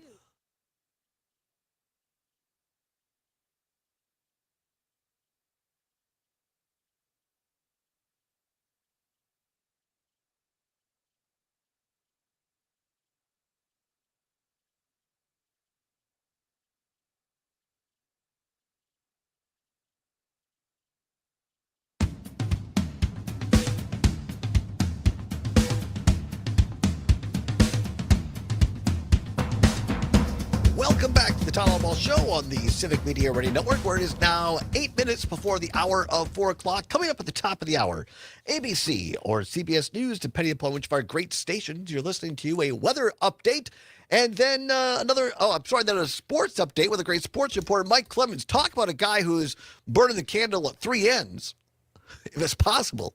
Mike Clemens, he's going back and forth between Milwaukee for the NLD and now NLCS and the Packer game, covering Badgers.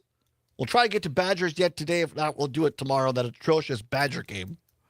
And then after that, Maggie Dawn, another edition of the great edition of the Maggie Dawn Show, coming up from 4 until 6, followed by a great edition of Nightlight with Pete Schwaba from 6 until 8 right here on the Civic Media Radio Network. All right, our friends at No Packers, No Life, this great new film, world premiere on Wednesday, have given us 2 more tickets, final 2 tickets, all right? So you get one more chance to win here. The caveat is you must be able to go, at least a part of the reception starts at 5:30 to 6:30, and then the film at 7. So as long as you can get to Waukesha by 6:15-ish or so at least, at the Marcus Majestic Theater in Waukesha, you get 2 tickets to the world premiere. Both, they're valued at $100 a piece. 2 tickets to No Packers, No Life, this great film of Tokyo Packer fans making it to the Mecca of Green Bay. Former Packers are going to be there, including Antonio Freeman, George Kuntz, Amon Green, and others. You got the filmmakers are there, free food and drink, all included. So here we go. The Packers, the Green Bay Packers, because some people said my first question was too hard. So we'll just make this easy. Green Bay Packers have won 13 world championships. 13. So we will take the 13th caller. Simply call us. We're going to go in order, and the person who gets in the 13th call gets 2 free tickets to No Packers, No Life. 855-752-4842.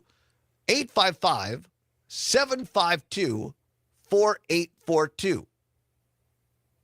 Be the 13th caller, and you get 2 free tickets to No Packers, No Life. And it's not like you can only call once. If you call once and you're caller number 3, hang up and call back in. Right. You could end up being 13. 855-752-4842. 855-752-4842. I feel like we're going to run out of time. We might. So, yeah, call in. Call in. All right, just hang on. We're going to let the phone lines light up. Hang on. We're going to let the phone lines light up. 855-752-4842. 855-752-4842. All right, let's take them in order. Let's go quickly. All right, first person on the air. Let's go. Here we go. All right, you are caller number 1. Please call back. All right, very good. Here we go. You are caller number 2. Please call back. Hello, you are caller number 3. Please call back. You are caller number 4. Please call back. You are caller number 5. Please call back. Keep calling for these free tickets to No Packers, No Life. Caller number 6. Here we go. Caller number 6. Caller number 7. Thank you. Call back. Caller number 8. Thank you very much. Caller number 9. Caller number 10. Thanks for calling. Caller number 11. Thank you for calling. Caller number 12. Thank you for calling. All right, next caller. Here we go. Hello, who am I talking to? Hey, is this Brett? Brett, where are you calling from?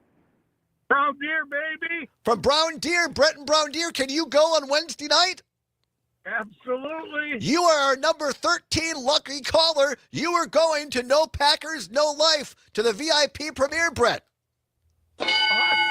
Hey, thanks for playing along. Really appreciate it. Thanks for your listenership. Don't go anywhere. We're going to put you on hold. Zombers will get the information. We'll send you 2 free tickets for Wednesday's VIP premiere to No Packers, No Life. All right. Thank you very much, Brett. We'll see you Wednesday.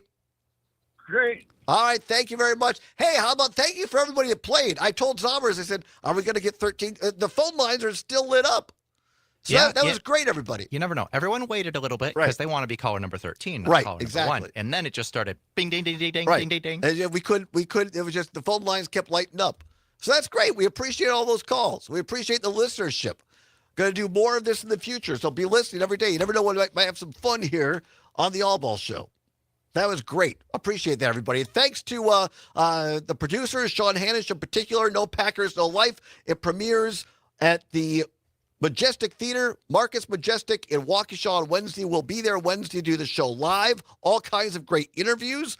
And then if you want to be there, a limited number of tickets left. You can buy them at NoPackersNoLife.com or at the Marcus Theater site for several theaters in Wisconsin starting on Thursday. Not going to want to miss this spectacular film.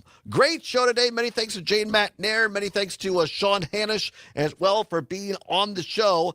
And boy, folks, tune in tonight on several of our stations for the Los Angeles Dodgers in Game 1 taking on our Milwaukee Brewers Game Time pregame show at 6:30. First pitch just after 7 o'clock on WRCE in Richland Center, WISS in Oshkosh, WRJN, Racine, Kenosha, WCQM in Park Falls, and WBZH in Hayward.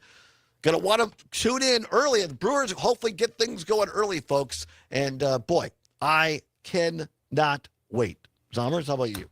Oh, yeah. The story has just been so thrilling to watch so far. Yeah, it really has. Another chapter in Brewers Lure written tonight. Brewer Fever. Catch it. We can do this. The power of the brew, the power of Uke, magic of Uke. Power of friendship. That's what I was looking for. All right, I'm excited. You understand? Thanks, everybody, for joining us. Great way to kick off the week. We'll be back tomorrow with another great show and hopefully talk about another Brewers win. Talk about Fickle as well at Wisconsin. That's not so happy.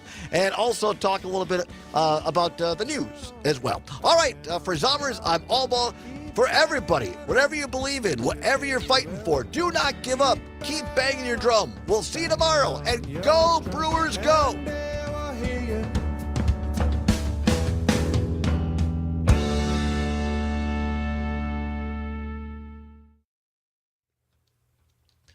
All right, everybody. Thank you. We appreciate it. We'll see you mañana. Bye-bye.